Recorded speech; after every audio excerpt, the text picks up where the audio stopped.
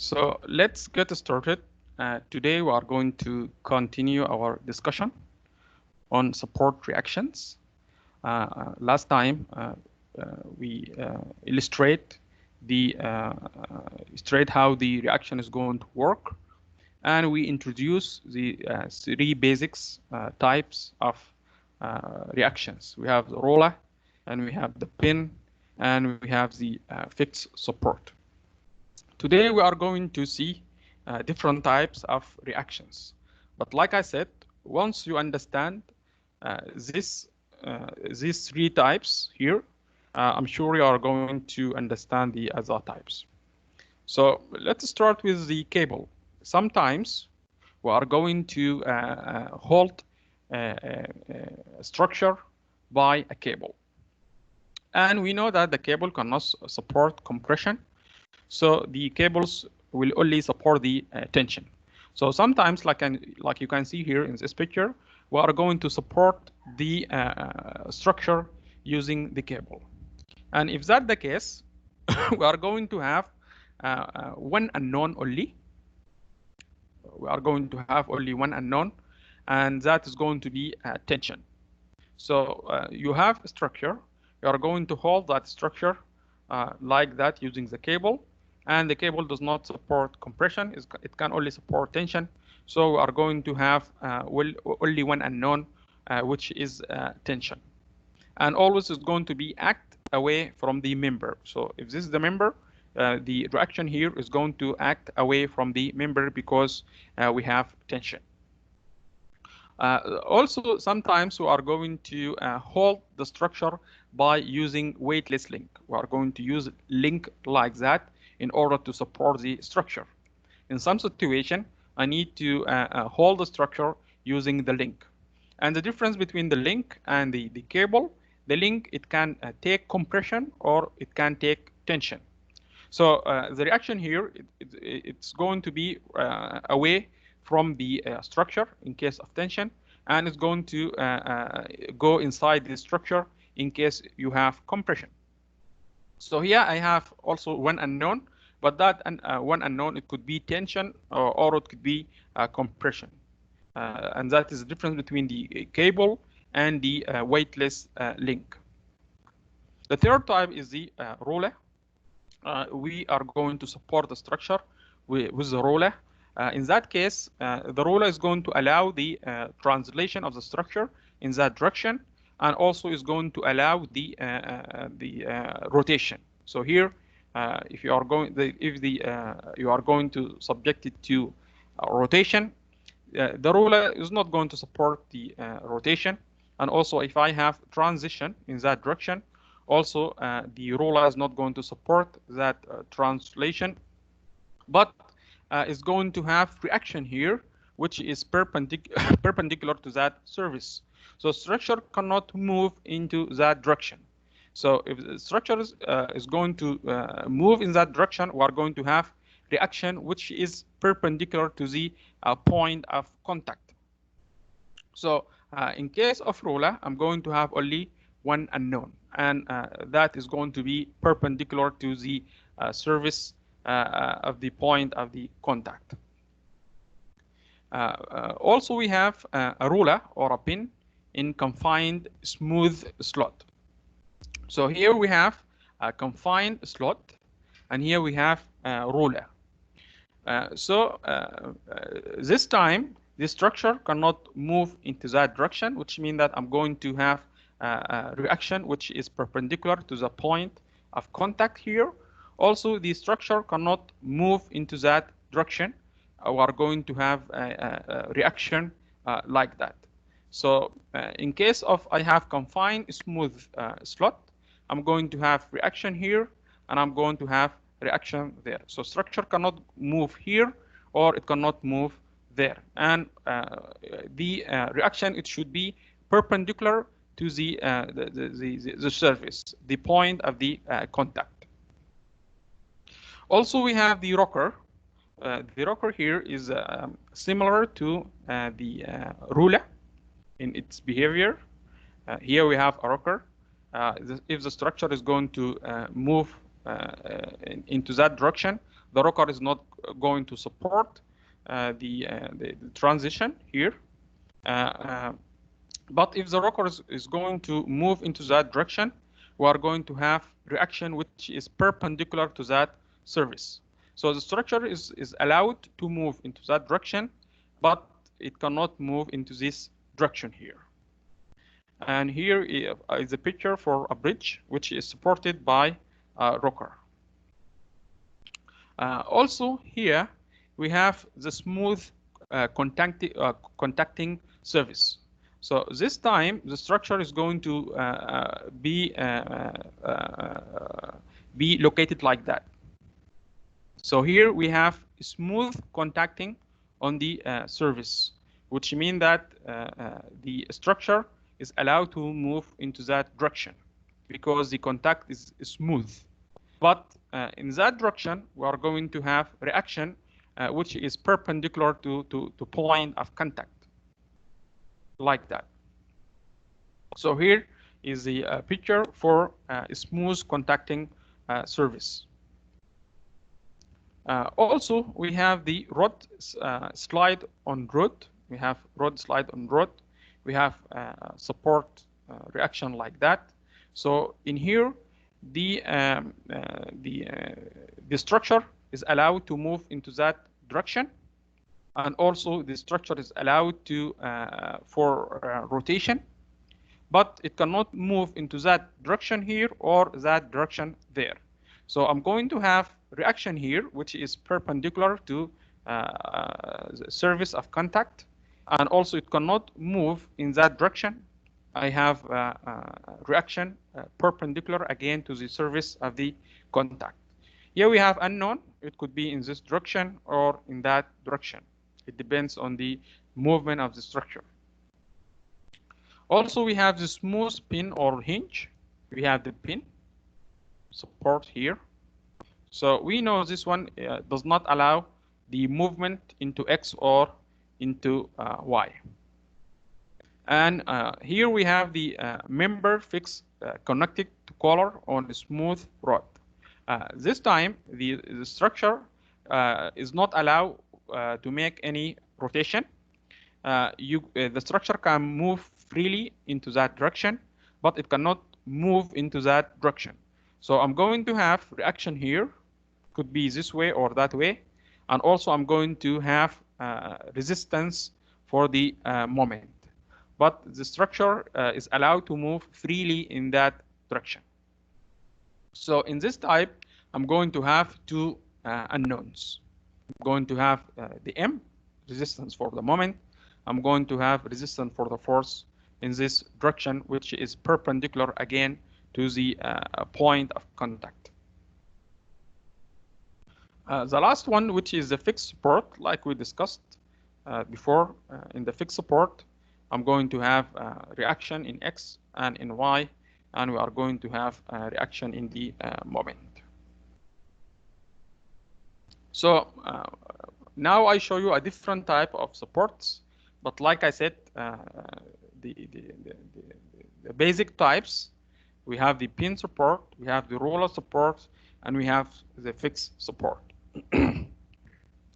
So now once we learn how to understand the different types of support in order to calculate those reactions. So here we have reactions, and in order to design your structure, you need to know the value of the reactions so that you are going to design a safe structure.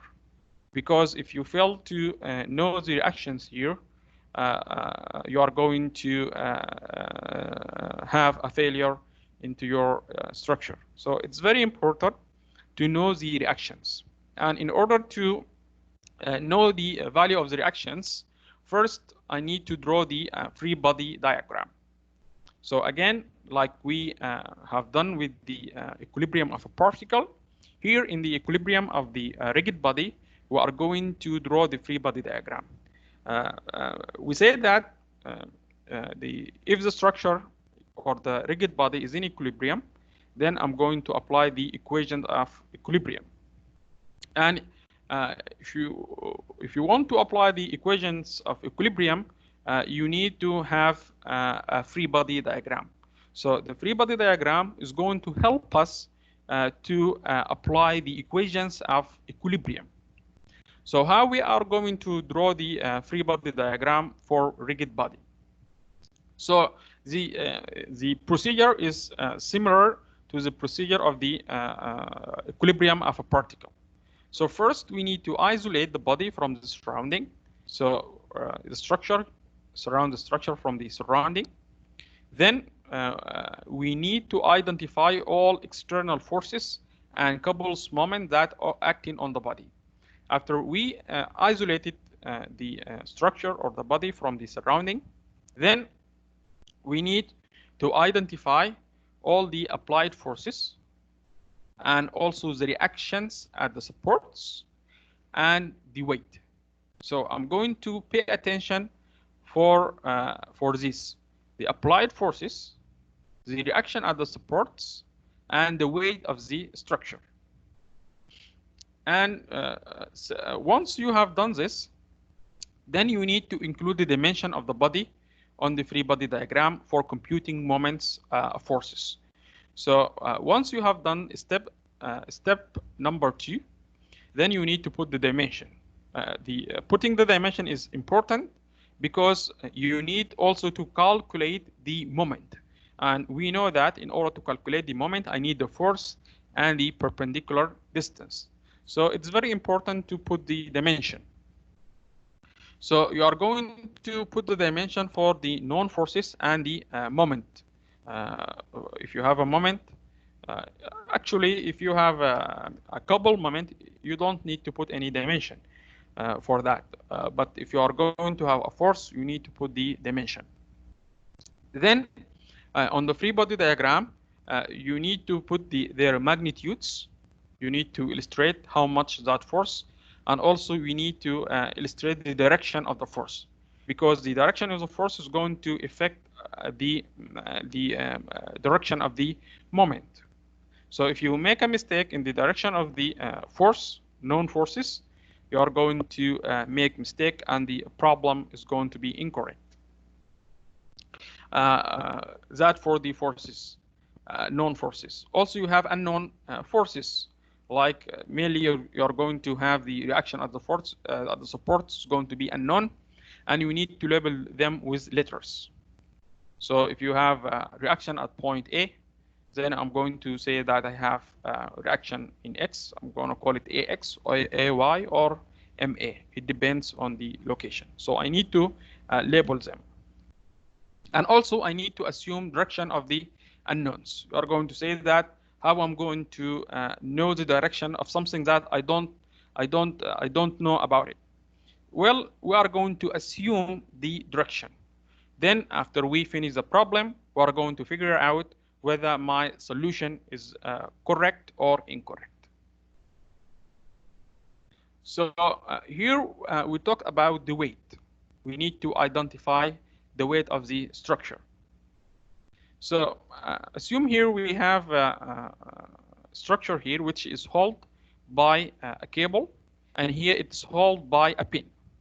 So here we have a pin support. We know that the pin support, we are going to have reaction here and reaction there.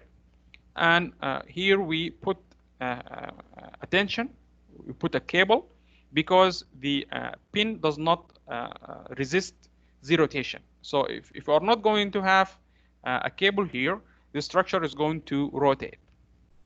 That is why we put a cable here. And since we put a cable, we know that instead of the cable, we could put a force which is act out from the structure, because here we have tension. But that is not my point. My point here, the structure, it has a weight. So how we are going to deal with the weight? We are going to say that since the structure within the gravitational field, then each of its particle has a specified weight. So each particle of the structure is going to have a specified weight. And system like that can be reduced into a single resultant force. So instead of having many forces here, I could replace that with only one single resultant force, which is acting on a specified point. And that point is the center of gravity. So the weight of the structure is going to be replaced by one single resultant force, and the location of that resultant force is going to be on the center of gravity. Here, because that shape it's somehow difficult, in the problem they give us the center of gravity. But if you are going to have a beam like this one here, in order to know the center of gravity is easy. It's going to be here, exactly in the middle, the center of gravity. Then the weight of the structure, we are going to represent it by a single resultant force specified at the center of gravity. That about the weight. So the force, like you can see here, is going to be represented by a single resultant force acting on the center of gravity for the structure. So now let's solve a problem. Here in example 1, we need to draw a free body diagram. So we have a uniform beam. That means it's made from the same material, as you can see here. And the beam has a mass of 100 kilogram. So the weight of the beam is 100 kilogram. And we said that we need to include the weight in the free body diagram. So we need also to remember that we need this is the mass. So we need to multiply it by 9.81 to convert it to a weight. Then the question is, where should I put the weight of the structure? Like I said here, since this one and within the gravitational forces or gravitational field here, we are going to express the weight by a single resultant force acting on the specific or acting on the center of gravity, like here. So for the beam, we know the center of gravity is going to be located here. So I'm going to put the weight here. So now we need to draw the free body diagram. We are going to follow the steps. First, we need to isolate the body from the surrounding. So we are going to put the beam like that. We isolate it from the surrounding. Number 2, we need to identify all the external forces. So we have the force, which is here, is the applied force. We have only one applied force. We need to put for the reaction at the support. Here we have fixed support, which means that we are going to have 3 reactions. We have reaction in X, we are going to call it AX. We have reaction in Y, we are going to call it AY. And we have a reaction for the moment. We are going to call it MA. And regarding the weight of the beam is going to put at the center of gravity, which is here. So now we express, we identify the applied forces, which is this one. We express the reactions at the support. Here we have AX, AY, and MA. And I need to assume the direction of the reactions. Okay. And I need to include the dimension. So that force is going to cause a moment. So I need to put the dimension for that. And also for the weight, I need to put the dimension because the weight is going to cause a moment. The unknown forces should be labeled. I don't know the value here and here and here. So I need to label them. Like I said, if that point is A, I'm going to say that the reaction in X. I'm going to label it by AX. Here I have AY and MA. Those are unknowns. And I need to assume the reaction for this. Now, example number 2. Here it's also required to draw the free body diagram of foot lever, like this one. Here the worker is going to put his foot at that point here. And as a result, the structure is going to move into that direction. So this one is going to go here, and that point is going to go there. And here we have pin support, which allow rotation. So once I apply a force like that, the structure is going to rotate about that point. And because of that, we have a link here, and we have a spring there. So once I apply the force here we are going to have tension, and here we also are going to have tension. So when the worker or the operators apply a vertical force to a pedal here, then the spring is going to be stretched by 1.5 inch. So this one here, it's move there by 1.5 inch, and a force is going to be developed at that link here, which is 20 pounds. I need to draw the free body diagram. So here we are going to have a tension, which is 20, and here they give us the spring constant, which is 2 pounds per inch. So, and also they measure the change in the links, which is 1.5 inch. That means the force which is going to develop here is 1.2 multiplied by 20. Then the force here is going to be 30 pounds, and the force here is 20. So I'm going to have tension here and tension there. So again, the first step, we need to isolate the body from the surrounding. Then we are going to identify the applied forces. We have the force F here, and as a result we have force here 20 and force here 30. And then instead of the pin support, we are going to have reactions. We have reaction in X, we are going to call it AX. We have reaction in Y, we are going to call it AY. I need to assume the direction for the unknowns. Also, I need to put the dimension. I need to include all the dimension here and here, because the dimension is going to help us to calculate the moment. Then I'm going to be done with the free body diagram.